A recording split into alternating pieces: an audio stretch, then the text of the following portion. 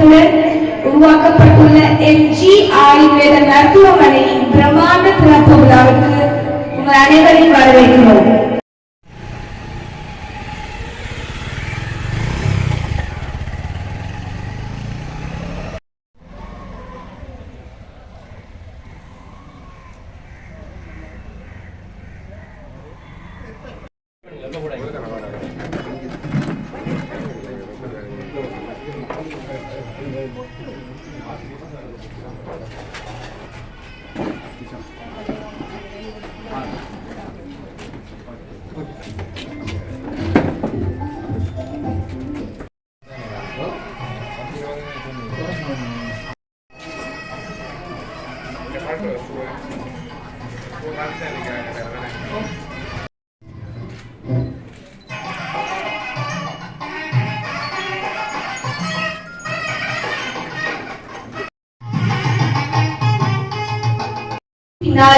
ஒரு உயர்ந்த கனவும் தளராத முயற்சியும் பலரின் ஒத்துழைப்பு மறைந்திருக்கும்.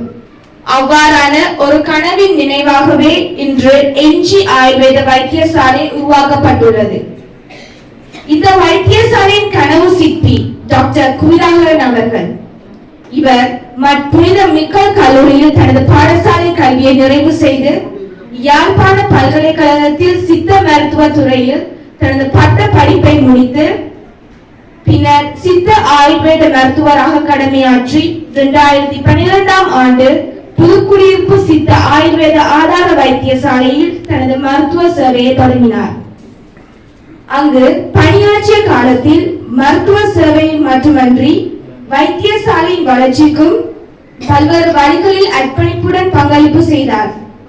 குறிப்பாக பதில் மருத்துவ அத்தியாச்சார பணியாற்றிய காலத்தில் எந்தவித பாகுபாடின்றி அனைத்து நோயாளிகளுக்கும் திருப்திகரமான சேவையை வழங்க வேண்டும் என்ற உயர்ந்த நோக்கத்துடன் செயல்பட்டார். இதன் போது அரசு துறையில் பல்வேறு சவால்களையும் நிர்வாக தடைகளையும் எதிர்கொண்ட போதிலும் அவற்றை தீர்க்க விடாமுயற்சியுடன் செயல்பட்டார். அந்த அனுபவங்களின் நவீன நிர்வாக முறைகளுடன் இணைந்து மக்களை மையமாக கொண்ட ஒரு தனியார் ஆயுர்வேத வைத்தியசாலையை உருவாக்க வேண்டும் என்ற உறுதியை அவருக்கு விதைத்தனர். அந்த நோக்கத்தை மேலும் வலுப்படுத்தும் வகையில் கம்பகா விக்ரமார்ச்சி சுதேச மருத்துவ பல்கலைக்கழகத்தில் ஹாஸ்பிட்டல் அட்மினிஸ்ட்ரேஷன் பட்டத்தை தொடங்கினார். மேலும் மட்டக்களப்பில் அரசு மருத்துவர்களால் நடத்தப்படும் பல தனியார் அலோபதி வைத்தியசாலைகள் இருந்த போதிலும் அதே தரத்தில் இயங்கும் தனியார் ஆயுர்வேத வைத்தியசாலை இல்லாததை உணர்ந்து அந்த வெற்றிடத்தை நிரப்பும் முதல் முயற்சியாக எம்ஜி ஆயுர்வேத வைத்தியசாலையை உருவாக்க பணியில் ஈடுபட்டார். இந்த உயரிய முயற்சிக்கு கப்பல்துறை சித்த ஆயுர்வேத வைத்தியசாலையின் சித்த கன்சல்டன்ட் டாக்டர் உதயநாதன் அவர்கள் நண்பராகவும் ஒரே லட்சியத்தை புரிந்தவராகவும் உறுதுணையாக இருந்தார். மருத்துவ சேவையின் தொடக்க காலத்தில் இருந்தே இணைந்து பயணித்த திரு சுதாகரன் மற்றும் புதுக்குடியிருப்பு SABயில் பணியாற்றும் டாக்டர் நிஷாந்தன், அத்துடன் அவரது மாணவர்களான டாக்டர் கோபிதா மற்றும் சோபனா ஆகியோரின் அர்ப்பணிப்பும் இந்த முயற்சியை வெற்றி பாதைக்கு அழைத்து சென்றது. அதேபோல் கடந்த 3 ஆண்டுகளாக அவரின் வழித்திட்டத்தின் கீழ் பயிற்சி பெற்ற உலக பயிற்சி மருத்துவ அதிகாரிகளின் ஊக்கமும் உற்சாகமும் நம்பிக்கையும் இந்த கனவை நனவாக்க முக்கிய சக்திகளாக ஒன்று அமைந்தன. இன்று ஒரு கனவு, ஒரு லட்சியம், ஒரு விடாமுயற்சி மற்றும் பலர் ஒற்றுமையான ஒத்துழைப்பு இணைந்து வெற்றி காவியமாக மாறி பதிவாகிறது. மகேஷா ஆயுர்வேத வைத்தியசாலையை சுருக்கமாக எம்ஜி ஆயுர்வேத வைத்தியசாலை சிவபெருமானின் திருநாமத்தின் அருளாசியுடன் சித்த ஆயுர்வேத மருத்துவ மரபின் பொருண்மையுடன் தன்னுடன் பயணத்தை தொடங்குகிறது.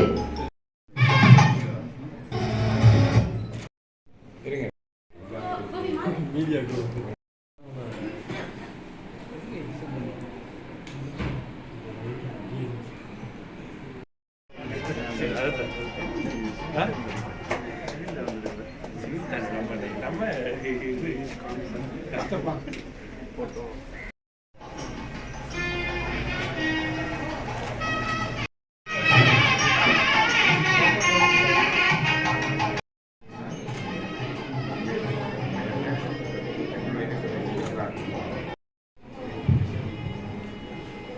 கூடியிருக்கும் அனைவருக்கும் இனிய காலை வணக்கம்.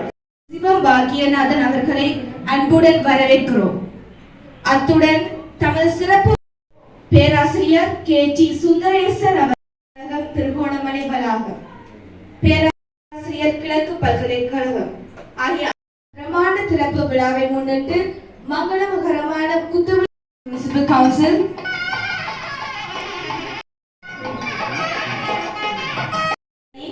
பரிந்துரையுடன் பல்வேறு சித்த மற்றும்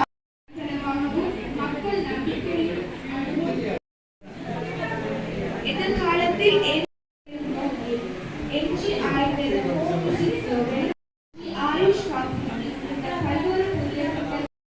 பெரியோர்களே, அன்பார்ந்த மருத்துவ பெருந்தவைகளே மற்றும் இந்த இனிய காலை வேளையில் இங்கு வருகை தந்துள்ள சகோதரர்களை மற்றும் நிகழ்வுக்கு பிரதம அதிதியாக வருகை தந்துள்ள டாக்டர்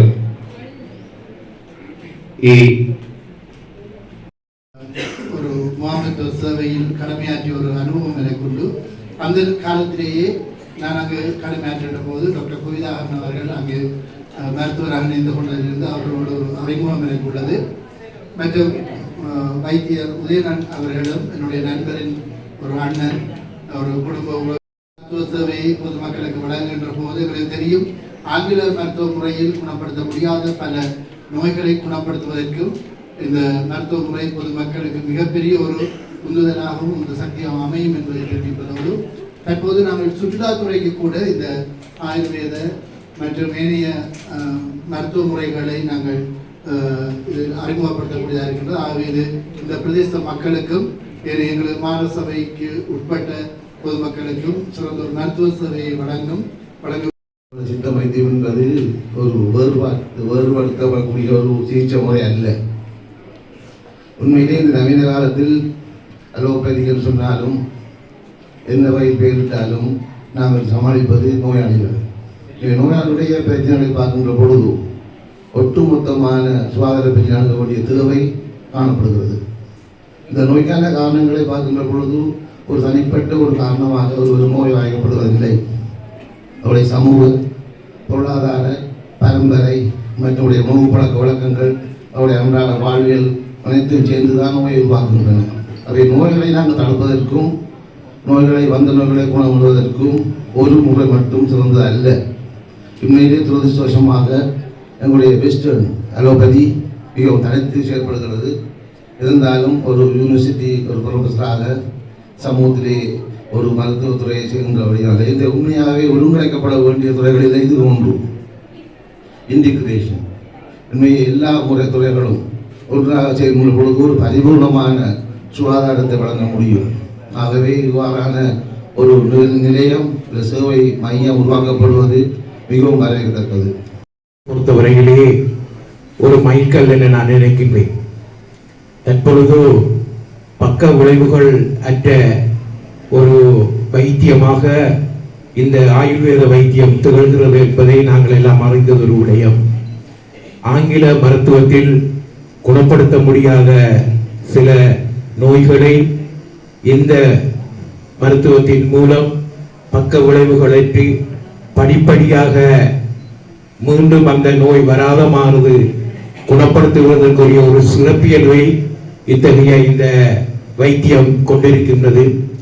இதில் நான் குறிப்பிடக்கூடிய ஒரு முக்கிய விடயம், எமது மாநகர சபையினால் இந்த ஆயுர்வேத வைத்திய நிலையம் ஒன்று நாங்கள் நடத்தி கொண்டிருக்கின்றோம்.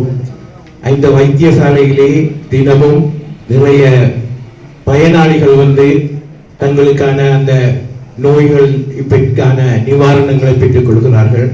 நான் நினைக்கிறேன் அந்த வைத்தியசாலைக்கு 10 லட்சம் ரூபாயை நாங்கள் சராசரி 3 மாதத்துக்கு ஒரு தரம் மருந்துகள் கொள்வனவு செய்வதற்காக நாங்கள் வழங்கி கொண்டிருக்கிறோம். நாங்கள் இலவசமாகவே அந்த சேவையை மக்களுக்காக செய்து கொண்டிருக்கின்றோம். அந்த வகையிலே இந்த பக்க விளைவுகளற்ற இந்த மருத்துவ சேவையானது தற்காலத்திலே எமது வாழ்வியல் நடைமுறையில் நாம் இருக்கின்ற கடைபிடிக்கின்ற பழக்க வழக்கங்கள், சமூகத்தில் நாம் சேர்ந்து பழகும் போது அதன் மூலம் எனக்கு ஏற்படுத்தப்படுகிற அந்த இயல்புகள் மூலம் நாங்கள் இலகுவாக நோய்வாய்ப்படுவதற்குரிய சூழ்நிலையை நாங்கள் பெறுகின்றோம். தற்பொழுது இளைஞர்களை நீங்கள் எடுத்துக்கொண்டால் எல்லோரும் நோய்வாய்ப்புக்கு உட்பாட்டு எங்களது இளைஞர்கள் அந்த போதைப் பொருளுக்கு அடிமையாகி சமூகத்திலே இருந்து அவர்கள் ஒதுக்கப்படுகிற ஒரு நிலைக்கு தள்ளப்பட்டு கொண்டிருக்கின்றார்கள். அதற்கு அவர்களுக்கு திறமான அந்த ஆலோசனைகள், அறிவுரைகள் கிடைக்கவில்லை என்று ஒரு தரப்பால் கூறப்பட்டாலும் கூட தற்போதைய இந்த சமூக வலைத்தளங்களின் தாக்கம் அதை மிகவும் பாதித்துள்ளது என்பதுதான் இங்கே நாங்கள் சொல்லக்கூடிய ஒரு விடயமாக இருக்கின்றது. இன்று காலையிலேயே ஒரு மாநகர சபையின் வளாகத்துக்குரிய அந்த பிரதேசங்களிலே அதிகாலை 4:30 மணி முதல் செயல்பாடுகள் நிறைய இந்த ஆயுர்வேதத்துடன் தொடர்புடையது ஒன்றாக அது இருக்கின்றது. எனவே இத்தகைய இந்த வைத்தியசாலையின் திறப்பானது இந்த பிரதேசத்துக்கு மட்டுமல்ல, ஒட்டுமொத்த மாநகர சபையில் இருக்கின்ற சகல மக்களுக்குமான ஒரு நிவாரணம் வழங்குகின்ற ஒரு நிலையமாக அமைய வேண்டும் என்று இந்த நிலையத்தை நடத்துகின்ற எல்லோருக்கும் எனது வாழ்த்துக்களை கூறி அமைகிறேன். எமது பிரதேசத்தில், எமது மாவட்டத்தில், எமது மாநகரத்தில் ஒரு முதன்மையான மைல்கல்லிலே நாம் பயணித்துக் கொண்டிருக்கின்றோம். உண்மையிலே உங்களுக்கு தெரியும், இன்றைய சமூக கால சூழ்நிலைகள் மனிதனை இலகுவாக நோய்களுக்கு உள்ளாக்கி விடுகின்ற நிலைமைகள் இருக்கின்றன. உணவு பழக்கங்கள், உடற்பயிற்சியின்மை, எங்களுடைய மாநகர முதல்வர் கூறியது போன்று மன அழுத்தங்கள், பல்வேறு துறைகளில் இருக்கின்றவர்களுக்கு சவால்களை அல்லது சமூக நெருக்கடிகளை சந்திப்பதில் உள்ள நெருக்கடிகளில் பல வருத்தங்கள் எதிர்பாராத வண்ணம் வந்து அந்த குடும்பத்தையே நிலைகுலைய வைக்கின்ற சூழ்நிலை இருக்கின்றது. இதில் ஒரு பகுதியாக அலோபதி மருத்துவம் தனது சேவையை செய்தால் மிக முக்கியமாக இந்த சித்த ஆயுர்வேத எங்களுடைய தொன்மையான ஒரு கலாச்சாரத்தை உடைய இந்த வைத்தியத்துறை செய்ய வேண்டிய பாரிய சேவை இருக்கின்றது. உண்மையிலே எனக்கு ஒரு சந்தோஷம், தமிழ் கலாச்சாரத்தின் அடிப்படையில் எங்களுக்கு பல்வேறுபட்ட வரலாறுகள் இருக்கின்றன இந்த சித்த ஆயுர்வேத துறையிலே. அவற்றை நாம் மிக அதிகளவாக மீட்டெடுத்து இந்த சமூகத்துக்கு கொடுக்க வேண்டிய பாரிய பொறுப்பு இருக்கின்றது. அந்த துறையிலே அரசினால் கொடுக்கப்பட்டாலும் ஒரு தனியார் துறையின் மூலம் கொடுக்கின்ற பொழுது நீங்கள் சுதந்திரமாக உங்களுடைய இல்லைகளை தகர்த்து நீங்கள் உங்கள் சேவைகளை கொண்டு செல்லக்கூடிய ஒரு சந்தர்ப்பம் இருக்கிறது. அதை நீங்கள் முழுமையாக பயன்படுத்திக் கொள்ள வேண்டும். உண்மையிலே இந்த சித்த ஆயுர்வேத துறையுடன் நினைத்ததாக நீங்கள் இன்றைய காலகட்டத்துக்கு ஏற்றவாறு இந்த யோகா அல்லது மன அமைதியை தருகின்ற தியானங்கள் போன்ற விடயங்களையும் இதில் உள்ளடக்குவீர்கள் என்று நம்புகின்றேன். ஏனென்றால் நான் இந்தியா சென்றிருந்த போது அங்கு ஆயுர்வேத, சித்த மற்றும் அலோபதி மருத்துவத்தை இணைத்ததாக ஒரு மல்டி செக்டரல் அப்ரோச், அதாவது பொலி கிளினிக் முறையை இந்த பிரம்மகுமாரி ராஜயோகா வைத்திய நிலையம் ஒன்றை உருவாக்கி செய்தார்கள். எல்லா வகையான மருந்துகள் எந்த நோயாளிக்கு எதன் ஊடாக அந்த பயனை பெறக்கூடியதாக இருக்கின்றதோ அவற்றின் ஊடாக பல தீர்க்க முடியாத நோய்களை பல்வேறு முனைகளின் மூலம் அவர்கள் வழங்கி நிறைய நோயாளிகளை குணப்படுத்தினார்கள். சில பேருக்கு மருந்துகள் மட்டும் தேவைப்படும், சில பேருக்கு மருந்துகளுக்கு அப்பால் மன அமைதி தேவைப்படும், சில பேருக்கு உணவை மருந்து அந்த உணவின் ஊடாக கட்டுப்பாடுகளை மேற்கொள்ள வேண்டிய தேவை இருக்கும், பயிற்சிகளை செய்ய வேண்டிய தேவை இருக்கும், யோகா செயற்பாடுகளை செய்ய வேண்டிய தேவை இருக்கும். அவற்றை ஒரு மிகச்சிறந்த ஒரு ஒருங்கமைப்பின் மூலம் இந்த மாவட்ட மக்களுக்கு மட்டுமல்லாது நீங்கள் உங்கள் சேவைகளை இந்த நாடு முழுக்க அல்லது இந்த பிரதேசம் முழுக்க வழங்குங்கள் என்று கேட்டுக்கொள்கிறேன். கொண்டு வருகின்றது. பல நாடுகளில் இருந்து வருகிறார்கள். அவர்கள் அலோபதி மருத்துவ துறையை மிக இலவாக பெற்றிருப்பார்கள். இந்த சித்த ஆயுர்வேத மருத்துவ முறைகளை அவர்கள் கொடுக்கின்ற பொழுது அது மிக மிக ஒரு ஒப்பர்ச்சுனிட்டியான விடயமாக சந்தர்ப்பமாக அமைகின்றது. வருபவர்களுக்கு நன்மையாக அமைகின்றது. கொடுப்பவர்களும் நாங்கள் அவருடைய முழுமையான இயல்பினை கண்டறிந்து எங்களுடைய பாரம்பரிய வைத்திய முறையினை அவர்கள் கொடுப்பதன் மூலம் எமது பாரம்பரிய கலாச்சாரத்தின் ஒரு ஆழமான ஒரு மிகப்பெரிய சான்றுகளை நாங்கள் அவர்களுக்கு புலப்படுத்தக்கூடியதாக. ஆகவே உங்களுடைய இந்த வைத்திய நிறுவனம் மிகப்பெரிய சேவையை படிப்படியாக செய்ய வேண்டும் என்று கேட்டுக்கொள்கிறேன்.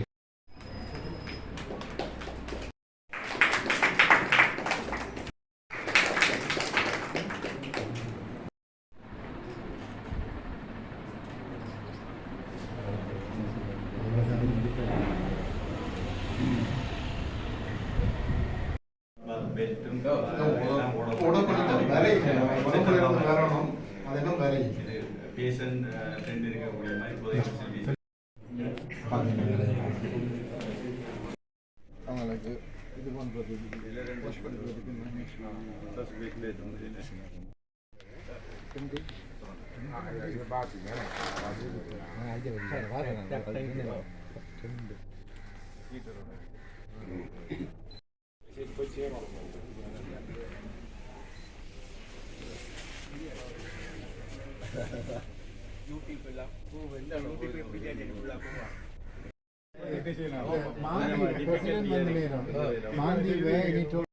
அதோடய நாங்கள் ஒரு ப்ரொப்போசல் ரெடி பண்ணோம். எனக்கு ஞாபகம் மாமந்தி எம்எஸ்ஓ இருக்கக்குள்ள நம்மளோட பாஸ்கரன் டாக்டர் ஐயா அவர் சொல்லி நாங்கள் மாந்தீவுக்கு இந்த நம்மளோட ஆயுர்வேத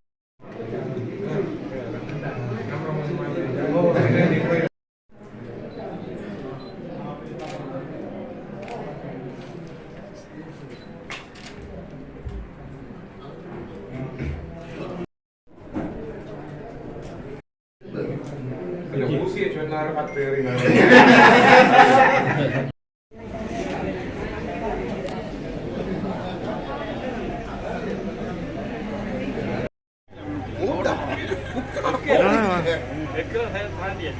அதை தாண்டி